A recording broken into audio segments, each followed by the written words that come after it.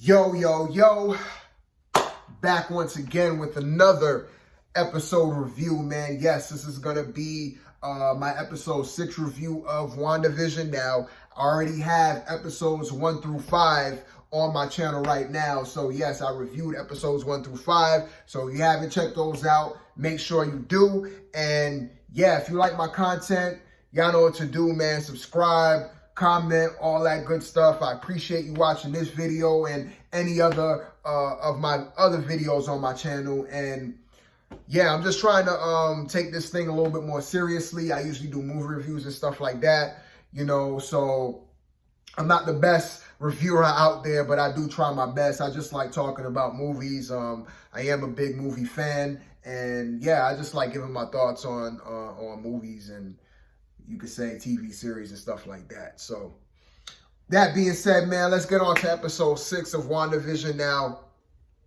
I gotta say, out of all the episodes so far, this one is my least favorite.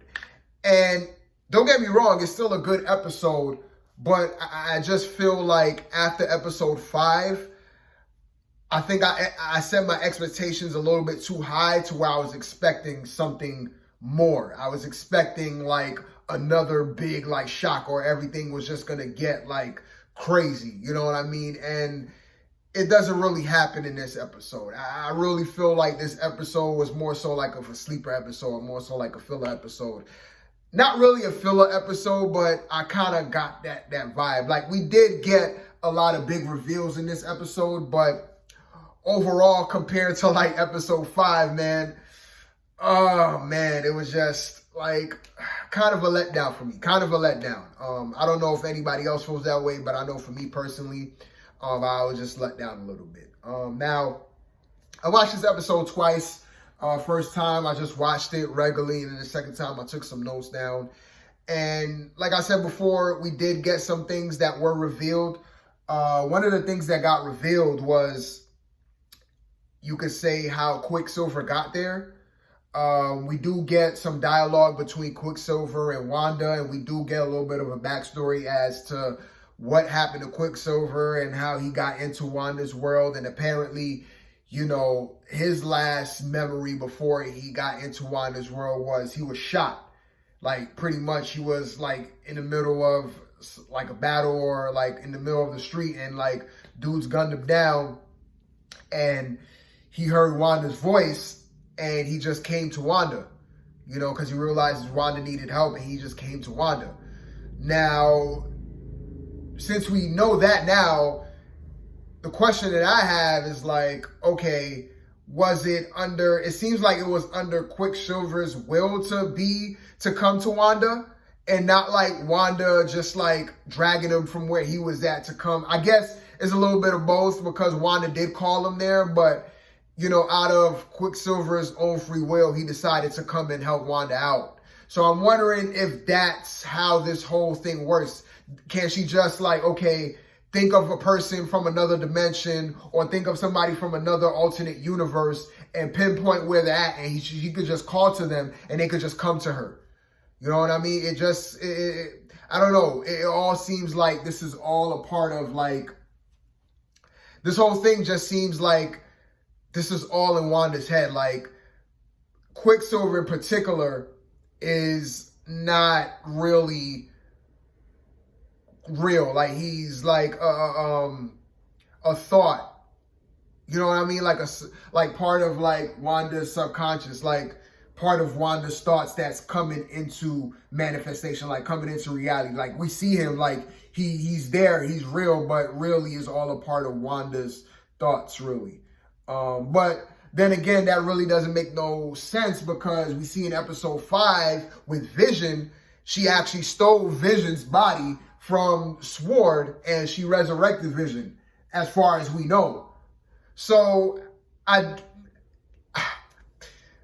the main problem I have with this episode is that we get answers, but at the same time, we have more questions on top of the answers that we got. So I'm still like, okay, we know that now, but what about this, and this? And that's how I feel after watching this episode. And I'm like, oh man, it's kind of like a tease, man. Like, what the hell is going on? Everything still feels like a mystery. And after watching this episode, to me, everything feels even more of a mystery, because now I'm like, okay, now we know this, now we know that, but what about this, and this, and how does this work when you say it's this? And I'm trying to connect the dots here, and I'm trying to theorize, and I'm trying to come up with some kind of conclusion as far as what's going on, and I'm having a hard time kind of like doing that. I'm like grasping for straws, you know what I mean? So this episode just left me a little bit more confused, and just more so like,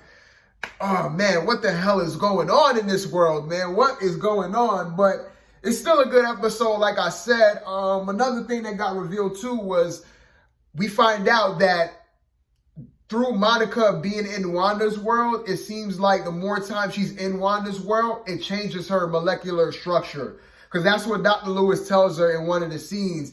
And one of the scenes where Monica, she wanted to go back into Wanda's world. She was like, yeah, I'm going to go back and I'm going to try to help her out.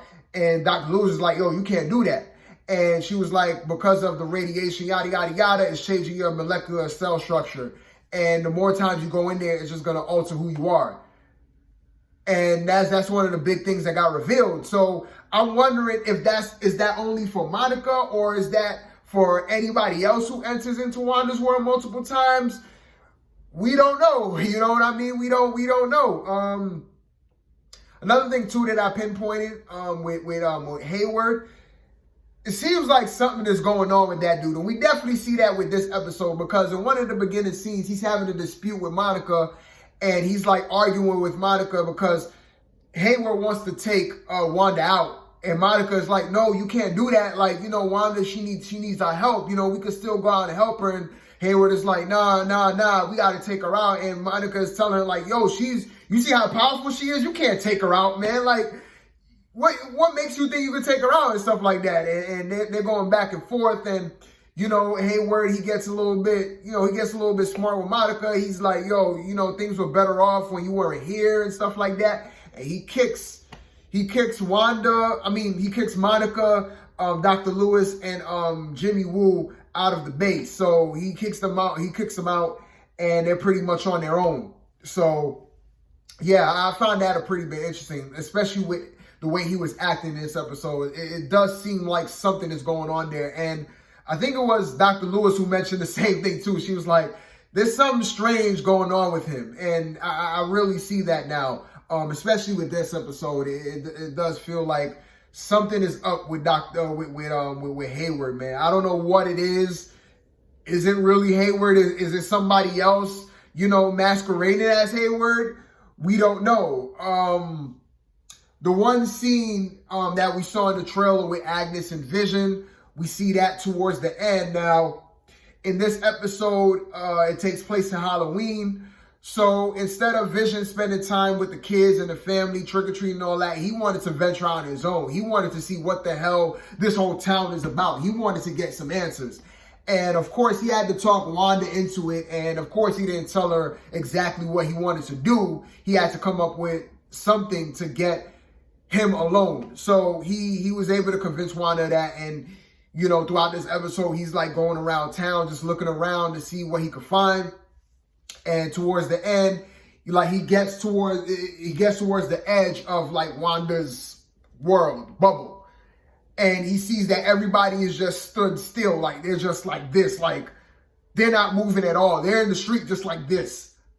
You know what I mean?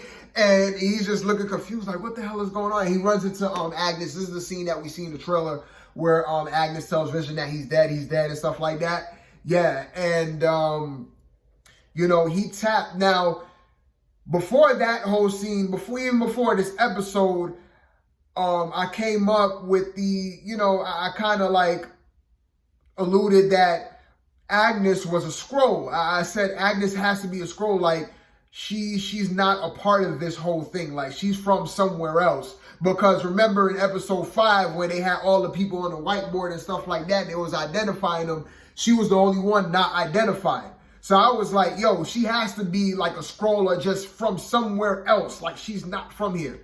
And in episode 6, that kind of, that I don't know if I could believe the same thing that I believed in the last episode, where she's a Skrull, because we do see the one scene where, the same scene I'm talking about, where Vision and Agnes is talking. Vision, you know, puts his hand on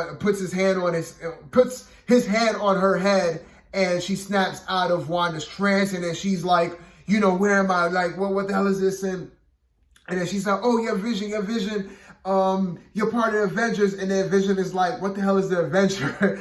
And she was like, yeah, you're dead, and stuff like that. And Vision's looking at her all confused, and she's like freaking out. And Vision basically snaps her back into the whole trance that Wanda got everybody in and stuff like that. And yeah, so I don't know if I believe that Agnes is still a Skrull after this episode. I don't know. I think I kind of got proven wrong with that. I mean, we still got 3 more episodes left, so who knows what's going to happen. But as it's looking right now, that doesn't seem to be the case, because if Vision was able to, you know, tap into her mind and snap her out of that trance, it does seem like she's a part of this whole thing. She's not like some kind of like outside entity, like outside entity, like beyond Wanda's control. It seems like she is a part of Wanda's control too. And I thought that she was something completely different, and that doesn't look like the case. Now, that could still be the case. But you know, who knows? Who knows? You know what I mean? So I don't know if there was anything else that I didn't mention in this episode. Oh, we do get to see the kids' powers in this episode, because apparently the 2 kids that Wanda has in this whole series, I believe in the comics, they're Speed. One of them is Speed and one of them is Wiccan. That's their superhero names. Yeah, I think that's what it is. Speed and Wiccan. And Tommy is Speed and Billy is Wiccan. I think I got that right. I'm not, like I said, I don't read the comics and stuff like that. You know, I'm just a normal, I like comics, you know what I mean? I do like comic book characters, but I don't read the comic books of itself. So I don't really know. Like, I have a very limited knowledge. I just go by what I watch on YouTube and stuff like that. So I believe those 2 kids are gonna be Speed and Wiccan. They're from like the newest Marvel comics, not the original, like the older stuff, like the more so the newer stuff. So they're gonna become Speed and Wiccan, and Tommy, he's Speed, and the other one is Wiccan. So one has the power of Quicksilver pretty much, and the other one has the power of Scarlet Witch, which is Wanda. So we see that now in this episode for the first time. And yeah, you know, it's pretty interesting to see that. And yeah, I think that's pretty much it, man. I think I'm going to wrap it up from here. Like I said, you know, this was my least favorite episode out of all the episodes so far, but it was still a good episode. This series is still interesting. It just leaves you with more and more questions, man. And you do get some answers, but then it's like you still have more questions on top of that. So I can't wait to see episode 7 at this point. I'm still trying to figure out what the hell is going on with this whole series. Like, what the heck is happening with Wanda? What is this whole Wanda world thing? Like, what is this whole multiverse thing? Like, there's just things just being thrown out there, and it's like, you know what I mean? So it's very interesting, man. But really loving this theory still, and I can't wait to see episode 7. So until my episode 7 review, I'm going to wrap it up from here, man. Yeah, that's about it, man. Don't have an outro and all that.